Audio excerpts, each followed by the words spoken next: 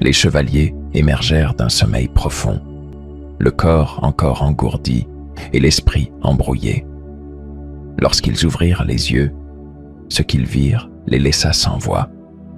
Le monde autour d'eux brillait, étincelait même, sous la lumière douce d'un soleil pâle. Ils étaient entourés d'une forêt aux arbres immenses, dont chaque branche, chaque feuille semblait taillée dans un verre pur. Le sol lui-même était un miroir cristallin qui reflétait leurs visages surpris et leurs armures d'argent. Ils se redressèrent, fascinés par cette forêt de verre. La lumière se réfractait en arc-en-ciel autour d'eux, chaque pas créant des éclats de couleurs qui dansaient sur les troncs translucides.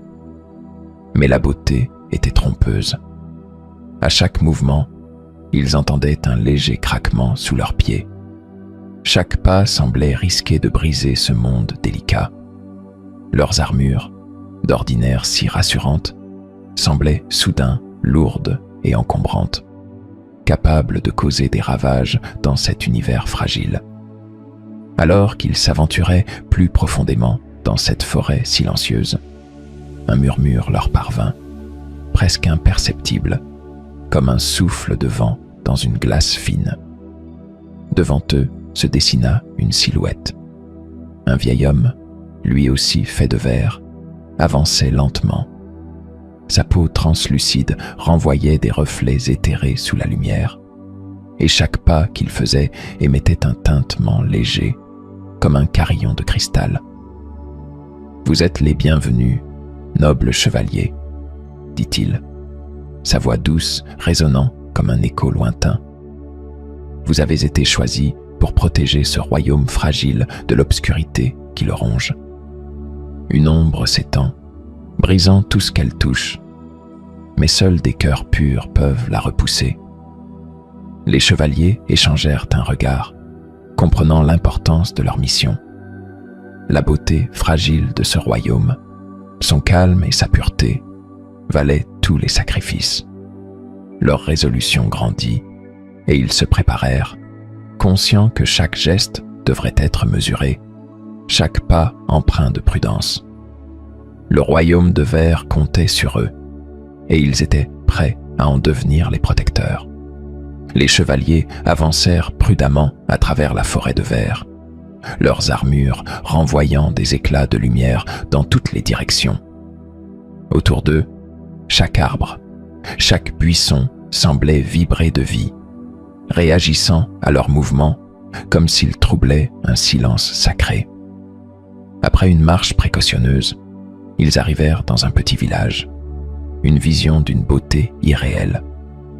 Les maisons, les fontaines et même les petits ponts étaient sculptés dans un cristal parfait, projetant des reflets scintillants qui dansaient sous le soleil. Les villageois cristallins se tenaient sur la place centrale, les observant avec des yeux brillants, presque hypnotisants. Ils avaient des corps translucides, d'une fragilité apparente mais résistant aux 1000 éclats de lumière qui dansaient en eux. Les chevaliers remarquèrent que certains villageois portaient des fissures sur leurs bras ou leurs visages, comme des cicatrices qui racontaient des histoires de souffrance dans ce monde où le moindre choc pouvait laisser une trace. Un vieil homme, légèrement courbé et fissuré, s'avança. Son visage, malgré les lignes craquelées, portait une expression sage et bienveillante. Sa voix, douce et tremblante, s'éleva, résonnant dans l'air comme un chuchotement de verre brisé. « Étranger, pourquoi êtes-vous venu jusqu'ici » demanda-t-il. Les chevaliers expliquèrent leur mission, promettant de défendre le royaume contre l'ombre menaçante. À ce moment, un hurlement terrifiant se fit entendre, brisant l'atmosphère de calme fragile. Des créatures cristallines, déformées et envahies par l'ombre, jaillirent de la forêt. Leurs formes brisées et fissurées s'avançaient avec une violence inouïe, et leur simple présence semblait absorber la lumière autour d'elles, plongeant le village dans une ombre inquiétante. Les chevaliers dégainèrent leurs épées avec prudence, conscients que chaque coup pourrait endommager le village délicat. Dans un balai précis, ils repoussèrent les créatures sans relâche, protégeant chaque maison, chaque habitant. Lorsque les monstres furent enfin défaits, les villageois applaudirent d'un léger tintement cristallin. Reconnaissants, ils approchèrent les chevaliers, les remerciant d'avoir préservé leur foyer fragile. « Vous êtes les héros dont parle la prophétie », murmura le vieil homme avec un sourire. « La légende disait que des cœurs purs viendraient pour nous sauver. » Les chevaliers comprirent alors que leur voyage venait à peine de commencer. Guidés par les villageois cristallins, les chevaliers suivirent un sentier étroit et scintillant jusqu'à la tour de l'oracle de lumière, une structure imposante qui se dressait au sommet d'une colline de verre. La tour étincelait sous le soleil, chaque pierre de cristal renvoyant des éclats arc-en-ciel dans toutes les directions, comme si elle aspirait toute la lumière du royaume pour la redistribuer dans une symphonie de couleurs éblouissantes. Les chevaliers gravirent les marches délicates, chacune émettant un léger tintement sous leurs pieds, un son si pur qu'il semblait une mélodie suspendue dans l'air. À mesure qu'ils approchèrent du sommet, une sensation de calme et de respect les envahit, comme s'ils pénétraient dans un sanctuaire sacré. L'air lui-même semblait plus léger, vibrant d'une énergie apaisante mais mystérieuse. Au dernier étage, ils découvrirent une vaste salle circulaire, baignée d'une lueur douce et dorée. Au centre, flottant légèrement au-dessus du sol, l'oracle de lumière les attendait. L'oracle n'était ni tout à fait humain, ni entièrement solide. C'était une forme éthérée, translucide, dont les contours changeaient au gré de la lumière, presque comme un être fait d'eau et de reflets. Sa voix résonna, douce et apaisante, emplissant la pièce d'un murmure chaleureux. « Bienvenue, chevalier venu de loin. Votre présence ici est le fruit d'une prophétie ancienne. Ce royaume est en péril, rongé par l'ombre, et seule votre bravoure peut le sauver. » Les chevaliers l'écoutaient, fascinés. « Pour vaincre cette ombre, vous devrez trouver le cœur de verre, » poursuivit l'oracle.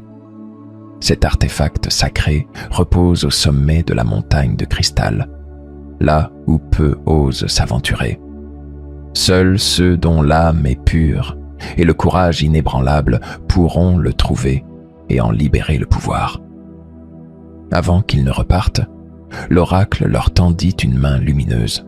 « Souvenez-vous, le chemin sera semé d'épreuves et vos cœurs seront mis à nu.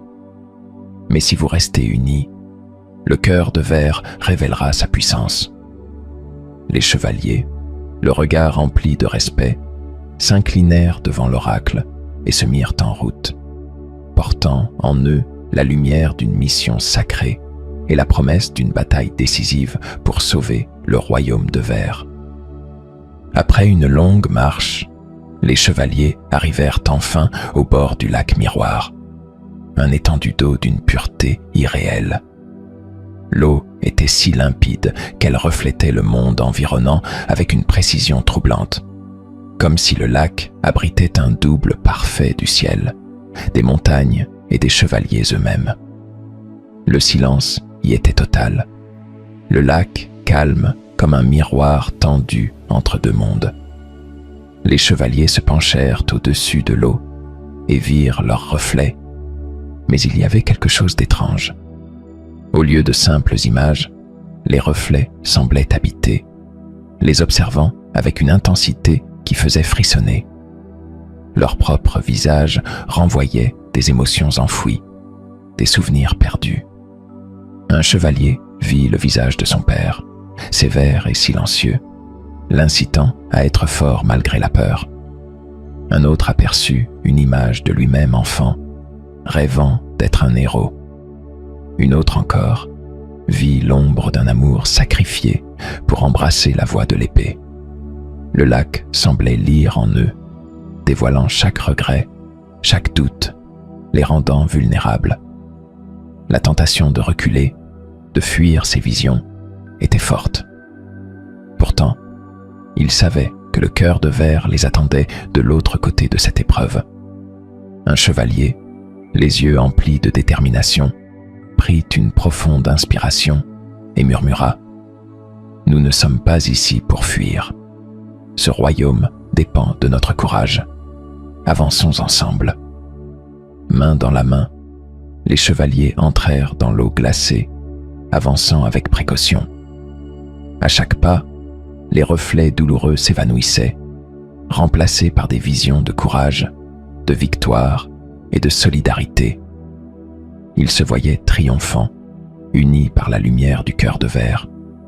Leurs doutes fondaient, laissant place à une force intérieure renouvelée. Quand ils atteignirent enfin l'autre rive, ils se regardèrent, transformés par cette traversée. Libérés de leur peur, ils étaient plus forts, prêts à affronter la montagne de cristal. La montagne de cristal s'élevait devant eux, immense et resplendissante, chaque paroi renvoyant des éclats de lumière qui scintillaient comme un feu d'étoiles. Ses pics acérés semblaient toucher le ciel, et son silence imposant inspirait à la fois admiration et appréhension. Les chevaliers s'engagèrent sur le sentier cristallin, où chaque pas résonnait en écho profond et fragile, comme un rappel constant de la fragilité de ce royaume. Au fur et à mesure qu'ils grimpaient, la montagne se montrait impitoyable, déformant le terrain pour dresser des obstacles imprévus. Ils se faufilaient entre d'étroites crevasses où des stalactites de verre menaçaient de les transpercer et escaladaient des pentes glissantes qui reflétaient le soleil en un éclat aveuglant. Autour d'eux, le monde semblait vivre et respirer, chaque éclat de cristal vibrant de tension. Soudain, des créatures cristallines surgirent des fissures de la montagne, leurs corps brisés et corrompus par l'ombre qui envahissait le royaume. Leurs yeux étincelaient d'une lueur menaçante, et leurs mouvements brisaient le silence en craquements sinistres. Les chevaliers levèrent leurs épées, mais un profond respect pour la montagne les poussait à combattre avec retenue, évitant de frapper là où ils risquaient de briser le précieux cristal environnant. Après une bataille intense, ils atteignirent une vaste clairière au sommet. Là se dressait la sentinelle de la montagne, une figure imposante faite de verre pur, chaque mouvement dégageant une aura de sagesse et de puissance. La sentinelle s'avança et sa voix résonna comme un carillon. « Pour accéder au cœur de verre, vous devez prouver que votre cœur est pur. Abandonnez vos armes et montrez votre véritable courage. » Les chevaliers, après un instant d'hésitation, déposèrent leurs épées sur le sol cristallin.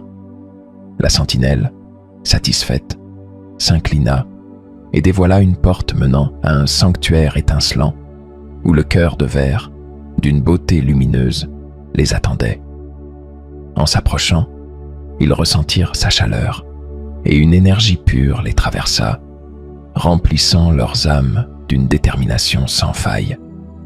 Ils étaient prêts à défendre le royaume de verre contre les ténèbres. Avec le cœur de verre en main, les chevaliers redescendirent la montagne de cristal. À mesure qu'ils approchèrent du village, une atmosphère lourde et oppressante les enveloppa.